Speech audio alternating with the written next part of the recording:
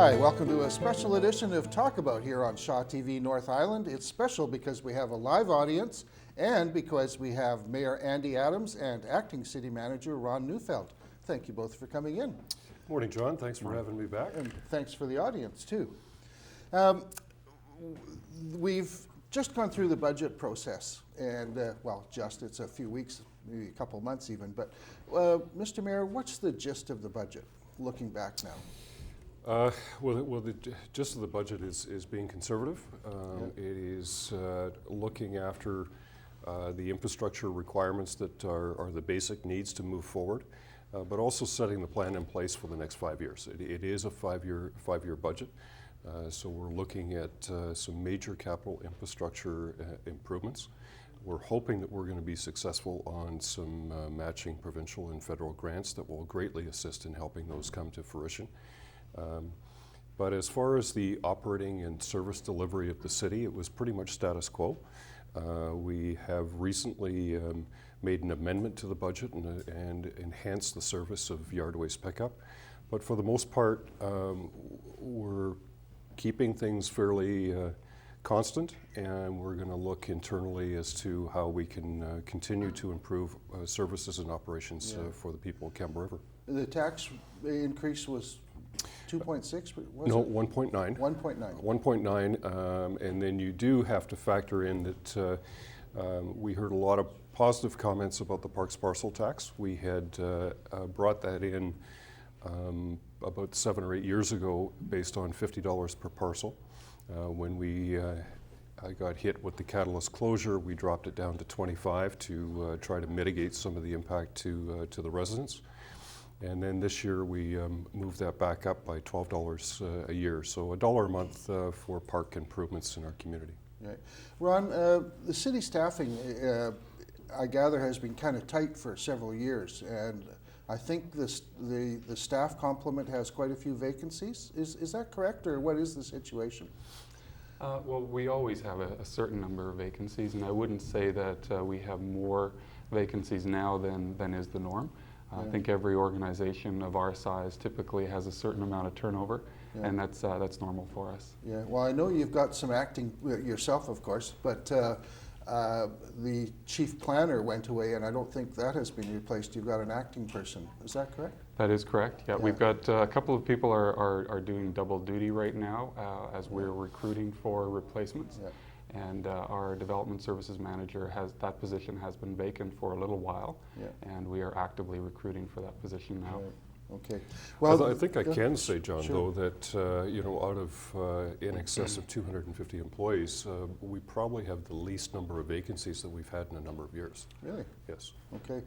Now, the purpose of this show originally was going to be what has the city done for Campbellton lately, the Campbellton Neighborhood Association, of which I'm involved.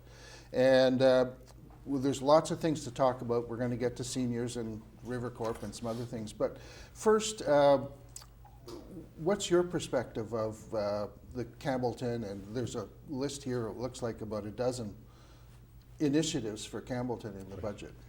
Well, the Campbellton Neighborhood Association has really stepped up. And I think the project last year in collaboration with Vancouver Island University to develop the Campbellton Master Plan is a really good start.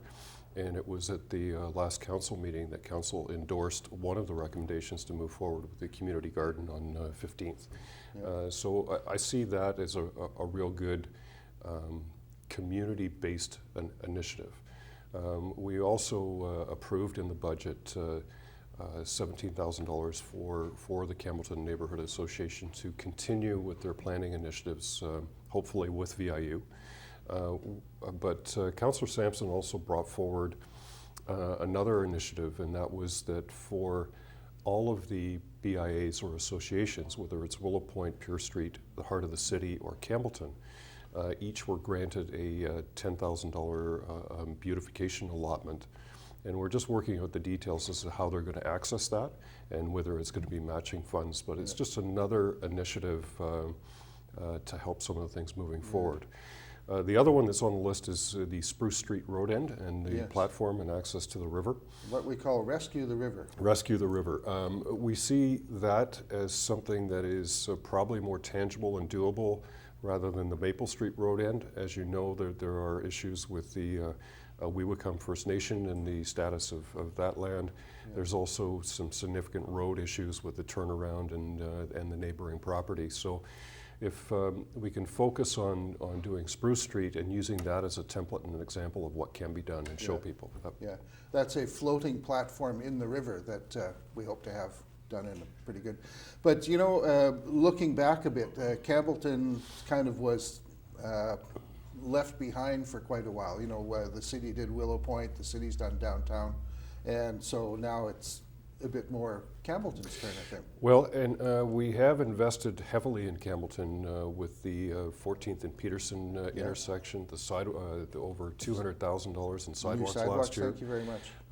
And in addition to that, it's really the businesses that have stepped up, whether Yeah. it's Muscles and More or Associate Tire or Outdoor Addictions or even Beijing House, Ackland's Granger, that have done the improvements to their facades and cleaned up the outside of their property, which gives a nicer feel to the community. Yeah, it's good. Okay, slight segue to RiverCorp. It's been in the news for years. Quite a change there. Would you like to summarize what's going to happen there? Ron, do you want to take this one? No. We're not into hockey yet, no passing. All through the campaign, it was consistently said that we needed to find an effective way to see some tangible results for economic development, and we really needed to do something with our tourism division as well. So since the election, we have been working with the current RiverCorp board, in particular Donna Haynes and Bruce Wychuk, the chair and vice chair, and in full collaboration and consultation with the board, council has made the decision now to move the economic development portion into the city. So we're just now looking at how that's going to work. But Is that getting a staffer on staff? it will be it'll be an economic development officer position Right. in the city, reporting to the city manager, Yeah. taking direction from council and city Yeah. staff. And the idea there is to align it with the strategic priorities of the city, Yeah. and also get some closer accountability as to what's being worked on and what Yeah. the results are. And the tourism will be The tourism still part, doing their thing, really.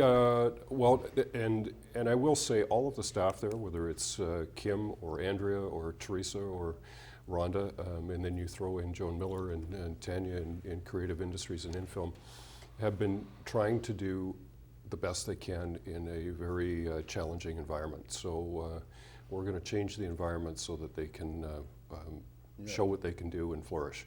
So we're right now in discussions. Now that we've made the decision on economic development, we're having the discussions on what the tourism model will look like, how that will be structured, and we hope to have an announcement for you within a month. The economic development function has been an interest of mine as a journalist for decades, really, and I've seen different models. The one in Saskatoon was award-winning. I'm wondering, in Campbell River's case, like we had a sort of a private sector board getting inquiries from private investors and sort of trying to, okay, what can we do for you?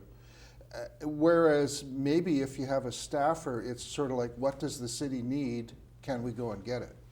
Is that part of what's happening? Well, I think it's going to be a combination of both. I think we need to be proactive and also reactive, and reactive to whatever businesses or enterprises are looking at Campbell River or the surrounding area, how we're going to work with our neighbors, but also to be proactive in some of the things that the airport authority may want to push, or the creative industries want to push, or the other thing I said, we are the center for the coastal forest industry. We are the center for the aquaculture industry for BC, and I think there are opportunities there that we should be getting involved in. Yeah, we're quite a transportation hub here, actually. Yeah. It's quite something.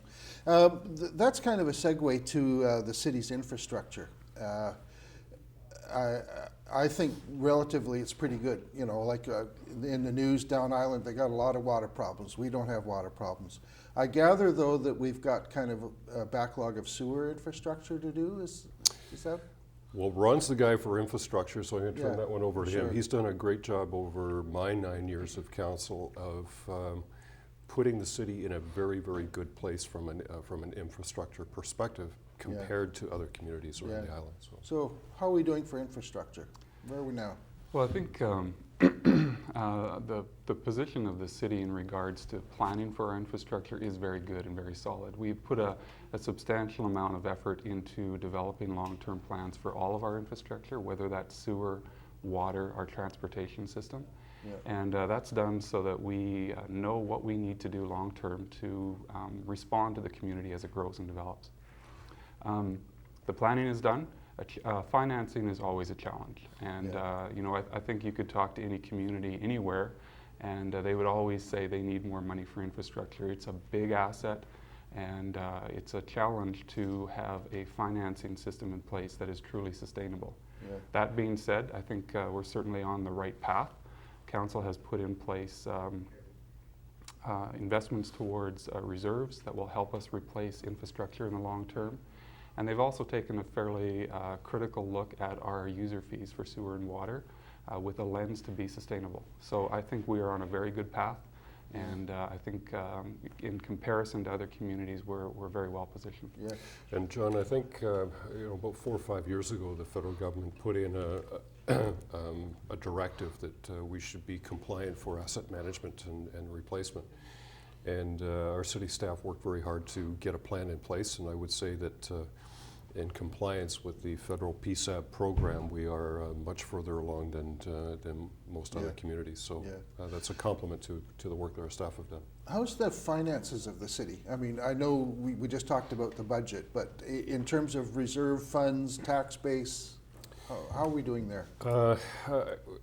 As I said, this year and also last year, we have pretty much transitioned from the hit that we had from the major industry, and unfortunately, the news of NISTAR yesterday will have a residual impact, but not a direct impact on the city taxation. But it will from the workers and the impact that has in the community. But for the other part financially, we're in pretty good shape. We did dip into the reserves quite a bit, but I know Mr. Bowles is sitting back there and he's probably worried about what I'm going to say. But when we implemented the downtown tax exemption to spur development, and I'm pleased to say that both Berwick and Seymour Pacific won the Awards of Excellence at the Vancouver Island Real Estate Board Awards in Nanaimo last week. And the Seymour building won the top prize for all of Vancouver Island. So those are examples of how that incentive program spurred development. But the city isn't seeing any of the revenues for that for the next 4 years because it was an exemption. We weren't losing any money because they're paying the tax of what was there before, but what we're looking at is how we can take that deferred revenue and plan to put that back into the reserves so that we're not having to go to general taxation to do that. So I think we're in good shape going forward. And this is compared to other municipalities, or just a standalone kind of good? I think we got to get our own house in order, and I think we're in good shape to do that. Yeah, okay. The new council has an interesting personality, quite different from the other one. I'm wondering, Mr. Mayor, what do you think of the new council and how it's worked, actually? I mean, we had you in here after the election and you were optimistic. How's it working? I'm still very optimistic. I think, as I said before, John, we've got a great balance.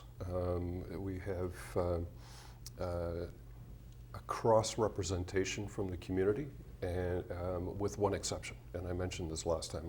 I really would like to see a way of how we can get the young professionals or the younger demographic involved in local government, and we're reaching out to the Campbell River Young Professional Group to do that. But the council that we have with Marlene, Colleen, Marlene, Michelle, and Larry and Ron and Charlie, I think provides a great balance. Very diverse group from their different perspectives that they bring to the table, and we're working well. I think it's more balanced. We're working well. Yeah, yeah. I asked Morgan Osler, what does she think the difference is between the old and the new council? And she said more women. Go Morgan.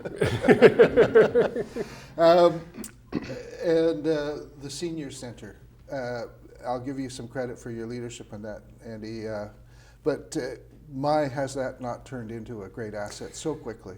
It has, and you know as well as I, it's the driving force is Helen Whitaker, the president of the Campbell River Senior Society. But it's also Alan Eady really stepped up from the Campbell River Common and did him and his staff did a lot of work to help facilitate the long-term lease agreement that Mr. Morris, our general manager, provided. Worked out the details along with Ross Milnthorpe, but they just keep, the membership is increasing. It's a great group. They're having a great time. 600 plus members, just like that. So it's pretty good. Now, bidding for the seniors games is an interesting story too. The council looked at it and basically said, probably not. And then you were away in Japan and you came back and you said, hey, but we can do this. You went to the mayor of Courtenay and said, hey, can you update us? Well, where's that at now? The letter came in from the province looking for communities to put in a bid to host. And we referred it off to staff. And knowing that Campbell River does not have the infrastructure to host the games by ourselves, we need to have a co-host community. So they went to the Comox Valley Regional District, and they said they were struggling with resources and capacity to be able to pull that off. So the recommendation coming back to council was probably not, because we haven't got a host community. So when I went to the Association of Vancouver Island Coastal Communities Conference, I met Mayor Jangala and said, hey, well, what's this that you guys don't want to participate? And he says, no, we do. So Larry talked to all of his council and his city manager, and then they confirmed that yes, they were interested to co-host with it. So it's the city of Courtenay and the city of Campbell River, and we're staff from both Courtenay and Campbell River are now working on how we can get an application in for the June deadline. And if successful, then we would reach out to Cumberland Comox, because I have been talking to Mayor Barrett and Mayor Ives as well. Yeah, so that would be 2017 or 18 or 19? Considering what we have on the plate, we're probably better off shooting longer than sooner, and I know Mr. Milnthorpe would appreciate that as well. So I think we'd be looking at 18 or 19. We've got other applications in the go for next year and 2017. Okay. And you know, hockey's a bit of a story. The Storm did amazingly well. Any thoughts on that? I'm a great Storm fan. Have been from day one. And the rally on Sunday down in Spirit Square, and then the annual banquet in the Brindy on Sunday night was. I didn't get to that. Was it well attended? It was very well attended, and to be in the place where they played, the ice was out, so the tables were on the concrete. And as a result of the success, the Cyclone Taylor Committee had approached Campbell River to host the Cyclone Taylor Cup next year. So we have the paperwork in for that, and are hopefully to hear soon that we'll be the host. Now, I was down at the Spirit Square thing on Sunday, I guess it was, or was it Saturday? Sunday. And you mentioned to me that the city had helped the Storm with its rental agreement at the Brindamore Arena. Not the city, because that was the RD. It was the regional district, and because I'm also the chair on the Strathcona Gardens Commission. Okay. So with that, 4 years ago, when Kevin and Linda Spooner and Wes Road, the board governor, came to the board saying, how can we work out, because they were paying a very piecemeal arrangement, X number a month for this office, X for ice, practice ice, all this type of thing. So we bundled it. We took a look at what the rates were for all of Vancouver Island franchises, and we committed that we would be the most competitive on Vancouver Island, and we did that. We have opened up advertising opportunities for the store. That's why you see decals on all the steps going up now and on the posts, and so that they can maximize their opportunities for revenue so that they can give the best experience for their players and coaches. I think that's a really good example of how a community government can show leadership to build the community, but also build the commerce too. Yeah, everybody wins. Yeah. Yeah, good. And I got to give credit to Councillor Kerr and Sampson and also Director Lee. Yeah, Brenda Lee. And Cal Gunnerud is also on the commission for, representing the community at large, but for minor hockey. And he's done, he's a great addition to that commission. Yeah, good. Well, I'm going to ask the audience, does anybody have a question they'd like to ask? I've got lots left Ron, if you don't. A question for Ron. Andy, talking about Nuns Creek Park and the Campbellton Association, I know you had a master plan going to be put together for the Nuns Creek Park, I believe. That was slated for a couple of years ago, I think. No, actually, it's in this year's. It's in the Parks Parcel Tax Plan to I believe it's $70,000, Ron, for to put a. Let me just double check. I believe it is in this year's plan. The exact dollar amount I can't put my fingers on, but okay. Yeah. So it is in this year to develop a plan for Nuns Creek Park. Then the big question is getting the dollars to actually do something on the plan, right? My plan, of course, is to do a bunch of trail work and work within Nuns Creek Park, but I've been waiting for that master plan to come together to do that. So I think both the Campbell River Environmental Committee and the Parks, Recreation and Culture and Environment Commission would be very much on board with whatever we can do to help clean up the Nuns Creek itself. Yeah. Just to clarify, the funding was put in the 2015 budget, and there's $95,000 for the development of that plan this year. Awesome. Well, that seems like a lot of money just for a plan, but it's a big area. It's a big area. If you go all the way back, you know, you really have to go to where it meets up with Homewood on the backside. There's a lot of creek area and a lot of sensitive environmental habitat. Yeah. And a lot of diverse uses on the park as well. Mm-hmm. Yes, very good. I've got a question, and that's about the community forest. That was quite a topic in the last election. And I guess it's connected to Nuns Creek in the sense that maybe we could do some selective harvesting in there. But where's the city standing on the community forest at the moment? Well, that's one of the things that I had announced 3 task forces at the inaugural meeting, and we've been a little bit preoccupied with the city manager position that Ron is currently in. We have had the RiverCorp issue that we've already talked about in tourism. We've had the budget, we've done strategic planning, we've done council orientation. So we're probably, I think it's at the next committee of the whole is on the agenda for how we're going to start putting those task forces together, how we're going to engage the community and get the calls out for people to participate. And Councillor Cornfield is taking the lead on the forestry task force, and the community forest is in his wheelhouse. Yeah. When you became mayor, did you sort of make a time plan about, okay, here's what we'll do, and then in the fall I'll get to, did it like that, or is it kind of like? Well, a lot of it's evolving. Yeah. But I mean, like, how much can you control, and how much are you kind of like, okay, juggling?